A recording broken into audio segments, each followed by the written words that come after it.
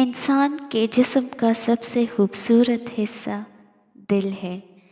اگر یہی صاف نہ ہو تو چمکتا چہرہ کسی کام کا نہیں۔ اخلاق اور ظرف کا امتحان تعلق کے خاتمے کے بعد شروع ہوتا ہے۔ عروج میں اگر نظریں نیچی اور لہجہ نرم ہو تو زوال میں تکلیف کم ہوتی ہے۔ کیا جانے کتنے ہی رنگوں میں ڈوبی ہے رنگ بدلتی دنیا میں جو یک رنگی ہے۔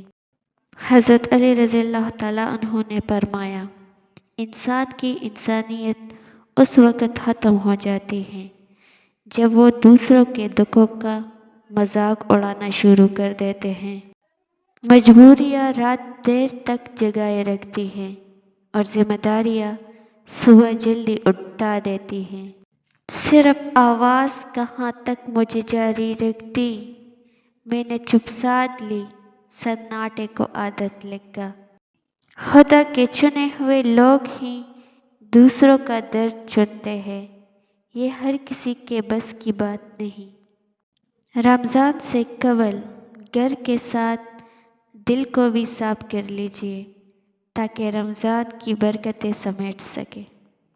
بے شک پاک ہے وہ ذات جو سیاہ رات میں سیاہ چٹان پر سیاہ چوینٹی کی حرکت سے بھی واقف ہے۔ جو دوسروں کے لیے دعا مانگتا ہے اسے اپنے لیے دعا مانگنے کی ضرورت نہیں پڑتی۔ کبھی نہیں سنا کہ انسان کو اس کی عاجزی لے ڈوبی، انسان کو ہمیشہ اس کا تکبر لے ڈوبتا ہے۔ جب اچانک دل اداس ہو جائے تو وہ روح کی مرمت کرنے کا لمحہ ہوتا ہے۔ سنا ہے توبہ کرنے سے روح کی مرمت ہو جاتی ہے۔ سکون چاہتے ہو تو ذرا رات کی تنہائی میں دل بنانے والے سے دل کی باتیں کر کے دیکھے۔ وقت اچھا ہو یا برا اللہ کبھی ساتھ نہیں چھوڑتا۔ درد سب کے ایک جیسے ہیں مگر حوصلے الگ الگ ہے۔ کوئی بکھر کر مسکراتا ہے تو کوئی مسکرا کر بکھر جاتا ہے۔ امید اللہ سے لگی ہو تو ٹوٹنے کا امکان نہیں ہوتا۔ اس کی آنکھوں سے تو سب بیان ہوتا ہے، صرف کتاب کو پڑھنا کب دشوار ہوتا ہے۔